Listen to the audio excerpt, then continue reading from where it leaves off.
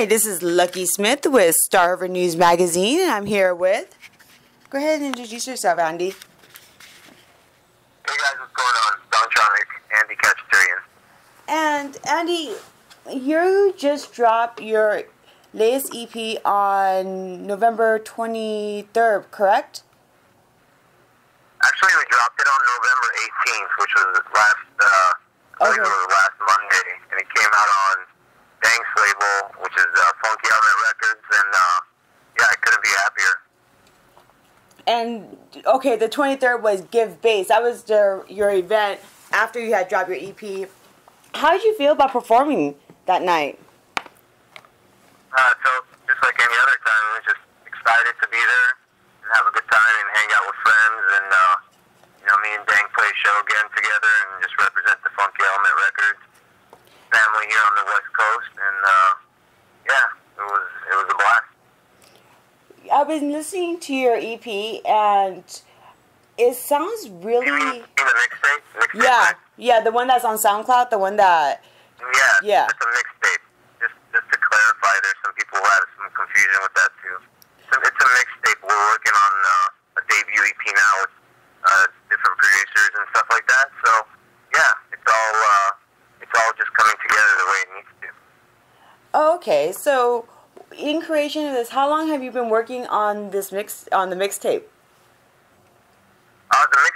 the concept started after I was invited to do my first show out in June of this year. We opened up for Adventure Club and Flinch out in Tulsa, Oklahoma, of all places. But that was kind of the catalyst for everything else. So this is a brand new thing that just sort of got fired up within the past, year or so. And once I played that show, it just felt right. I felt like at home. I felt full circle coming back. Because a lot of people don't know too that I was a DJ before I was a drummer in any band or anything like that, or a vocalist or anything like that. So my first passion was always, listening to that music and being a part of that culture. Bass music culture. Oh, so you were a DJ when you were I know you did this when you were 15, correct? When you were DJing? Yeah, we were young. Yeah, we were young when we first started DJing, like 14, 15 years old, and DJing parties, DJing events, DJing, sometimes going out and DJing clubs and all that. Just a various, a varied palette of styles from, conscious hip-hop tracks to techno tracks to house tracks, it all just depended on the party and the event and what was going on. But dance culture and that, bass music, dance culture has always been a part of my life. I always enjoyed that, but I think, a lot of people, because they know me from my past projects and my past bands, sometimes have a hard time, I guess it's not a hard time, it's just, a lot of people draw lines in their minds about, artists and genres, and you sort of pigeonhole them into a certain place in their mind. But yeah, this is a natural thing for me to be a part of this world. Yeah, well, I think the reason why everyone's a little bit culture shocked about it is because of the fact that there's not too many musicians like yourself that can cross genres that way. There's just not. And I've listened to your EP, your mixtape, and before that, when we did the first interview, I listened to your music. I love it. It's just, I was expecting more of a rocky type of music initially as well.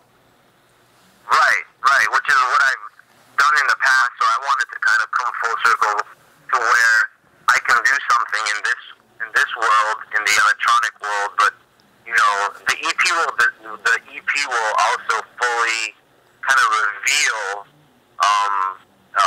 exactly what it is that we're going to be representing with OnTronik too, as far as the musical style and all that, because it's not just one or the other. When I perform live, I'm not just DJing, or I'm not just playing the drums, or doing things on the mic sometimes, live vocal remixing or whatever it is. But I saw you on stage when you did Give Bass, and you got on the vocals, and I was surprised, because you went from the turntables to vocals. I was like, wow, I wasn't expecting that as well. So there's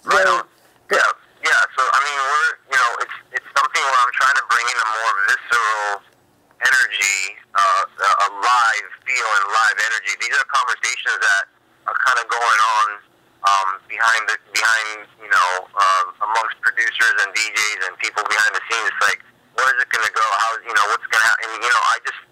For me personally, I just want to do what feels right to me, and doing that and being authentic and having that cathartic experience is going to bring whatever OnTronik is supposed to be. And I couldn't be happier about all the friends I've met along the way and where this is all headed. Who have you worked with? Who are some of the producers that you're working with right now for your projects? I'd rather not say their names because things haven't been solidified as far as the tracks being complete or anything like that. But there's definitely some recognizable names in the bass music community. And I never like speaking, unofficially for anything or dropping any names like that. But I know that the thing that me releasing my mixtape through Funky Element Records, Dank and I having a conversation about that, we just hit it off as organically, as naturally as possible, and it's been such a cool experience that I'm letting that kind of natural process take place with the production and the music as well. So things are definitely growing in the right direction, and when things become more solidified as far as the EP and the debut of that are concerned, I'll definitely let you guys know. No problem. So how long have you known Tank? We've known each other. We just met this year. We played our first show maybe like 4 or 5 months ago, something like that. And we just kind of been going back and forth. And this is sort of the second show that we ended up playing out here together. And, we might be doing a few more coming up. But, yeah, we just hit it off as people, really. Just kind of appreciating each other as people and hanging out and just being, no BS up front and just being, just hanging out. Hitting it off as friends first. So, yeah. So you're able to work with them. You met Tank. You're heavily into more like bass, dubstep. Is that because you know how to play bass? Do you know how to play bass? I think I read somewhere you do. I'm sorry, what was the question? Do you know how to play bass? The instrument bass, is that why you're more attracted to like dubstep, more of like there's different house music? No, not really. I think the reason I like the music is because it just makes me feel a certain way, not because of a certain instrument I play or anything like that. Definitely not. I can play the bass. I play several different instruments, multi-instrumentalist, composition, done film scores. I can, music to me is a, it's just like a martial artist. It's a lifestyle. It's a way of thinking. It's a way of doing. So I would never pigeonhole myself like that into one thing like that. I love the music. I love the way it feels. I always have. With anger management, it was more of a theme, and I started putting these songs together, and there just seems to be this very, like I said, a visceral, a physical, visceral feeling and a cathartic feeling when I was mixing these songs and playing to them live with the drums. So, and it was just a way to get it all out and to really release all that energy into a creative way. Because we're all humans, we all have ups and downs, and we all feel generally the same feelings. It's just at different times. So, for me to put something out, like anger management out, I think a lot of people can relate to that. And, I went really super heavy with it. And the kind of strange coincidence with this is I chose 29 tracks out of hundreds and hundreds of tracks that are available to DJs and artists and fans of music. Out of those 29 tracks, a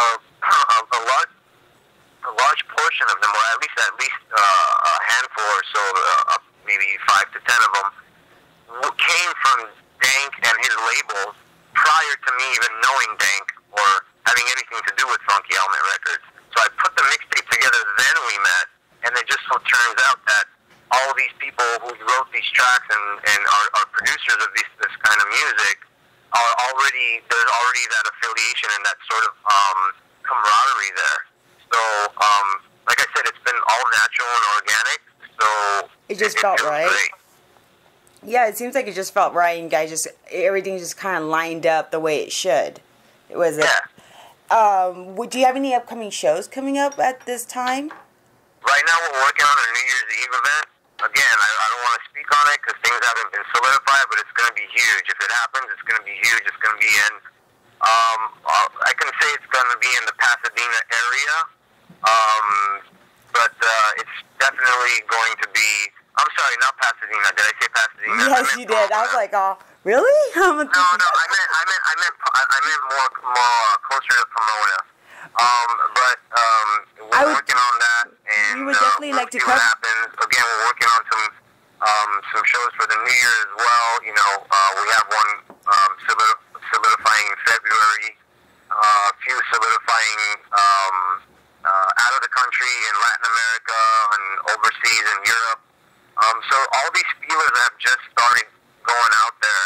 Like I said, it's a brand new thing, and we're just gaining momentum, but, you know, it's starting to solidify, so it feels great. Well, we would definitely love to cover the Pomona event if you guys end up having it in that area. That's not far from us. And another thing another thought that came to my mind too was, one thing I noticed during the show was there was like one song that was a little political, and as a songwriter, I've noticed that you kind of just don't write anything. I mean, most of your songs have meaning as well. Even it doesn't matter if it's what genre you're in. Do you want to talk about that, or talk about like your political aspects on some of your music as well?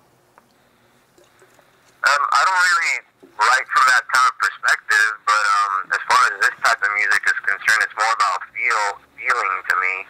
I try to leave all that kind of stuff out of it.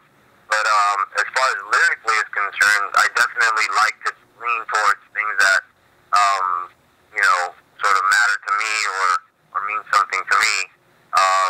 As far as differentiating from one song to another. But then again, you know, music is all opinion. So I just write the music that makes me feel good. And if people get a good message out of it, or it makes them feel good, or it just makes them want to dance even harder, then that's awesome too. Well, yeah, it does, because I was listening to yours all morning, and like it give me more energy.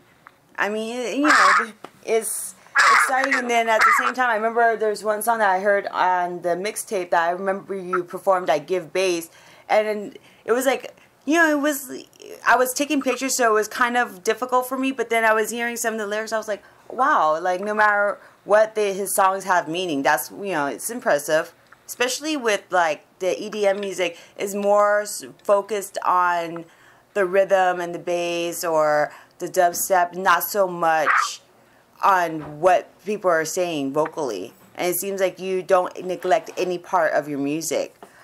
Is that difficult for you to do? To be like focused? No, I don't think it's difficult for me. Because I respect the creative process. I don't look for it, and you know, I don't try to look for it in any. I just allow it to be whatever it is. So no, to answer your question, no, it's not difficult. It's not difficult, and I do agree that there is a void when it comes to lyrical or vocal presence in electronic music, or you know, heavy bass music or bass music or whatever people are calling it.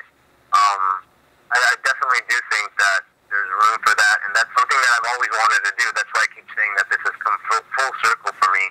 So, you know, if it's a dubstep track, if it's a hip hop track, if it's a you know, a house track, electro, techno, you know, trance, whatever style it is, I'll find some way somehow to be creative with what I can bring to the table, and that's the best that I can do. And if people dig what I do, then that's awesome.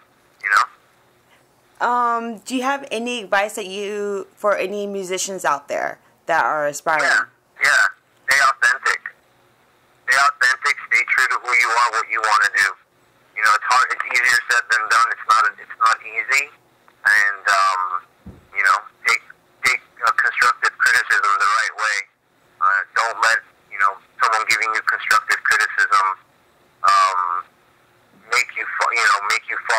let it push you forward. That's the best advice that I can give. And do you have anything that you would like to say to your fans? I don't usually call them fans. I call them, they're just friends, and I feel like they're my peers. I feel like people, people have a voice and they have a say. So I call them like friends and my peers when I play shows, or if they want to help support, come out to the shows, or eventually, maybe if I put something out that they want to purchase and support with, and that's really cool. Do you have anything on? Oh, I was gonna say, do you have anything on iTunes or anything that people can buy now? No, the only thing that's available for free download is the mixtape now. Okay. That's the first offering. It's on Funky Element Records. If you guys go to my main site, OnTronik.com, OnTronik, OnTronik.com, it'll give you all the portals to all the social media sites, and that's the easiest way to go about it. Perfect. And is there anything else you'd like to add to the interview before we wrap things up? No, I just want to say thanks, and thanks to everybody who's supporting, and look forward to seeing you guys at a party soon. All right. Thank you very much. And this is Lucky Smith wrapping up.